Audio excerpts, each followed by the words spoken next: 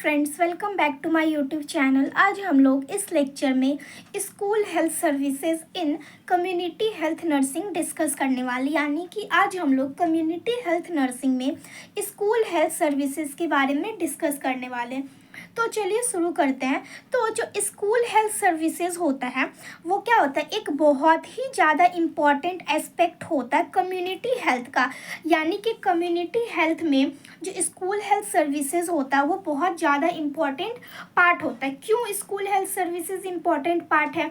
क्योंकि अगर हमें अपने सोसाइटी को, अपने कम्युनिटी को एक हेल्दी बनाना है और डिजीज़ फ्री रखना है, तो हमें क्या करना पड़ेगा, ज़्यादा से ज़्यादा अपने फ्यूचर जनरेशन के ऊपर ध्यान देना पड़ेगा।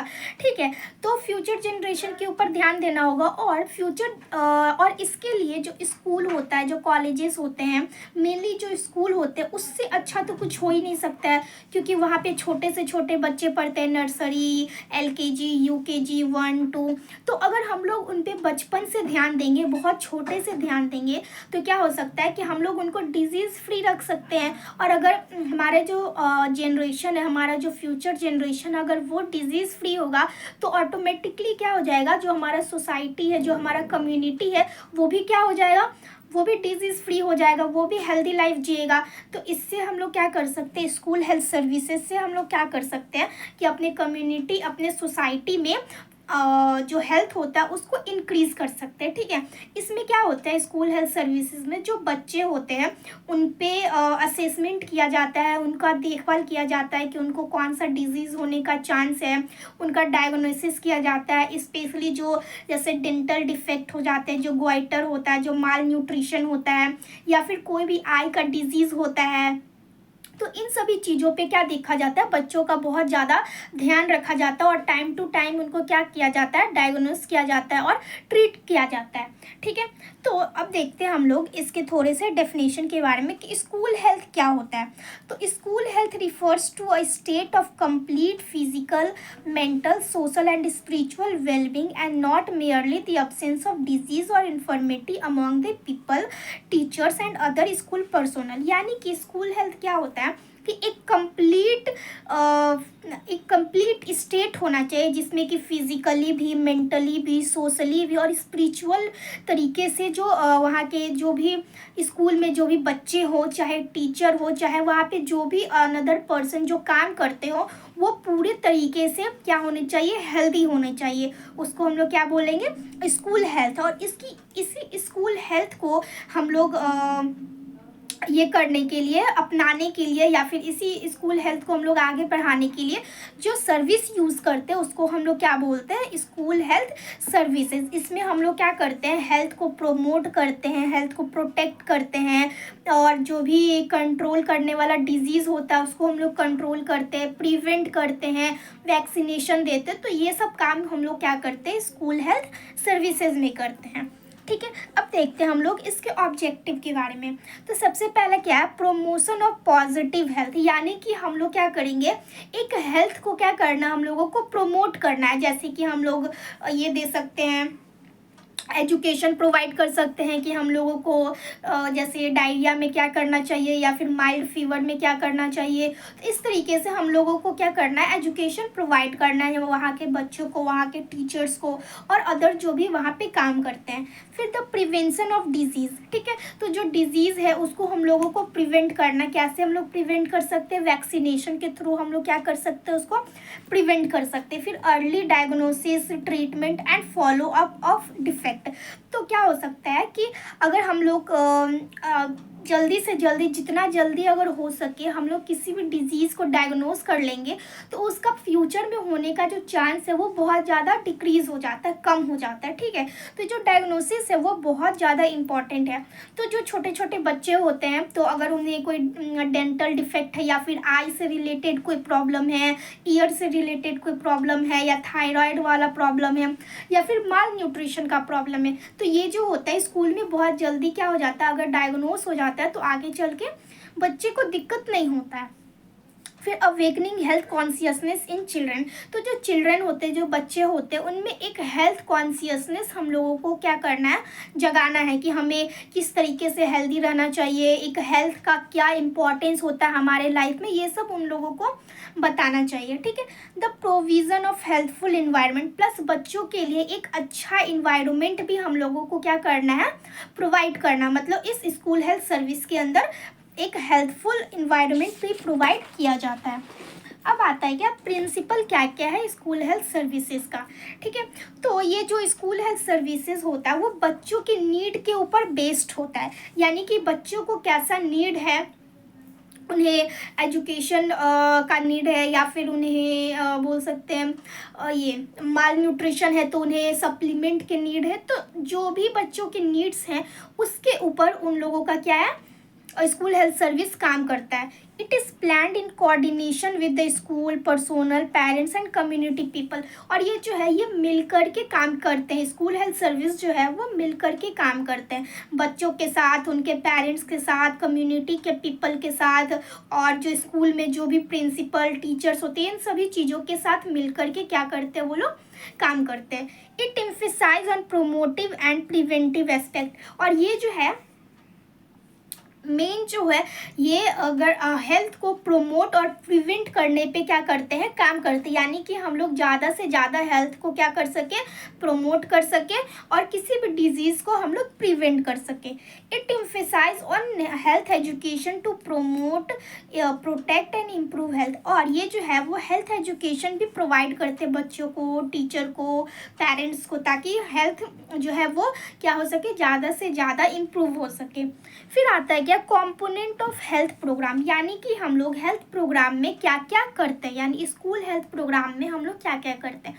तो एक बात और कि ये जो स्कूल हेल्थ प्रोग्राम है वो आया था हमारा 1960 में। ठीक है, तो स्कूल हेल्थ प्रोग्राम कब आया था, 1960 में, और इसी के तहत हम लोग क्या देते हैं, स्कूल हेल्थ सर्विस हम लोग देते हैं। ठीक है, और इसका जो इम्पोर्टेंट फंक्शनरी होते हैं, फंक्शनरी मतलब जिनका सबसे इम्पोर्टेंट फंक्शन होता है, ठीक है, वो कौन है, स्कूल टीचर, यानी कि इस प्रोग्राम में जो सबसे ज़्यादा इम्पोर्टेंट फंक्शन होता है, जो रोल होता है, वो किसका होता है, स्कूल टीचर का ही रोल होता है। अब आते हैं हम लोग क्या component of school health program, यानी कि कौन कौन से कंपोनेंट हैं स्कूल हेल्थ प्रोग्राम के, हम लोग मतलब इसमें हम लोगों को क्या करना है, किस चीज़ पे ध्यान देना है। ठीक है, तो सबसे पहला क्या है, हेल्थ अप्रेजल। तो हेल्थ अप्रेजल मतलब कि टाइम टू टाइम क्या करना है, एग्जामिनेशन करना, बच्चों के हेल्थ का क्या करना है, एग्जामिनेशन करना, जैसे कि मेडिकल एग्जामिनेशन करना है स्कूल टीचर का, चिल्ड्रन का, और अनदर जो भी वहाँ पे काम करते हैं। फिर मेडिकल एग्जामिनेशन हम लोगों को 4 साल के बाद, हर 4 साल के बाद करना। ठीक है, फिजिकल एजुकेशन भी हम लोगों को टाइम टू टाइम करते रहना चाहिए। फिर न्यूट्रिशनल डिफिशियंसी का भी एग्जामिनेशन हम लोगों को टाइम टू टाइम करते रहना चाहिए। फिर जो टीचर के द्वारा क्या होना चाहिए, हर सुबह डेली मॉर्निंग इंस्पेक्शन होना चाहिए। ठीक है, यानी कि फ्लश्ड फेस तो नहीं है, कहीं रैसेस तो नहीं है, सोर थ्रोट तो नहीं है, तो ये सब जो अनयूजुअल चीज़ जो होते हैं वो बच्चों में उन लोगों को टाइम टू टाइम या फिर डेली सुबह में मॉर्निंग में उन लोगों को चेक करना चाहिए।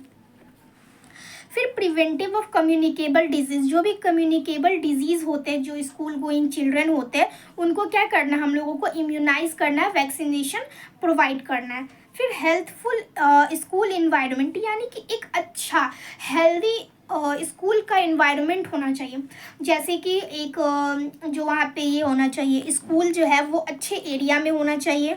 ठीक है, लोकेशन अच्छा होना चाहिए स्कूल का, सबसे पहला बात ये नहीं कि बहुत ऐसा एरिया में हो जहाँ पे बहुत रोड नहीं हो सही से, या फिर कुछ खाने पीने को नहीं हो, या फिर ऐसा एरिया में हो जहाँ पे बहुत ज़्यादा ट्रैफिक हो, बहुत ज़्यादा शोर हो, नॉइज़ आता हो, तो ऐसा भी नहीं होना चाहिए कि जहाँ पे बहुत ज़्यादा पॉल्यूशन हो। तो ये सब जो है वो बच्चों के हेल्थ पे बहुत ज़्यादा इफ़ेक्ट डालता है और बच्चे सही से पढ़ भी नहीं पाते। ठीक है, तो ये सब हम लोगों को ध्यान रखना है। प्लस जो वहाँ बच्चों के बैठने के लिए जो बेंच होने चाहिए वो सिंगल डेस्क वाले होने चाहिए, यानी एक डेस्क पे सिर्फ एक ही बच्चा बैठ सकता है वैसा होना चाहिए। और सिंगल स्टोरेड, यानी कि सिर्फ क्लासरूम एक ही होना चाहिए, नहीं कि एक बड़ा सा हॉल बना दिए उसमें 3-4 क्लासरूम बना दिए, वैसा नहीं होना चाहिए। ऐसे क्या होता है, जो क्लासेस होते हैं वो बहुत ज़्यादा डिस्टर्ब होते हैं, ठीक है। तो सिंगल स्टोरेज क्लासरूम होना चाहिए। जो फर्नीचर होना चाहिए वो सिंगल डेस्क एंड चेयर वाले होना चाहिए। और जो एरिया होना चाहिए, जो लोकेशन होना चाहिए, वो नॉइज़ से, पॉल्यूशन से बहुत दूर होना चाहिए, ठीक है।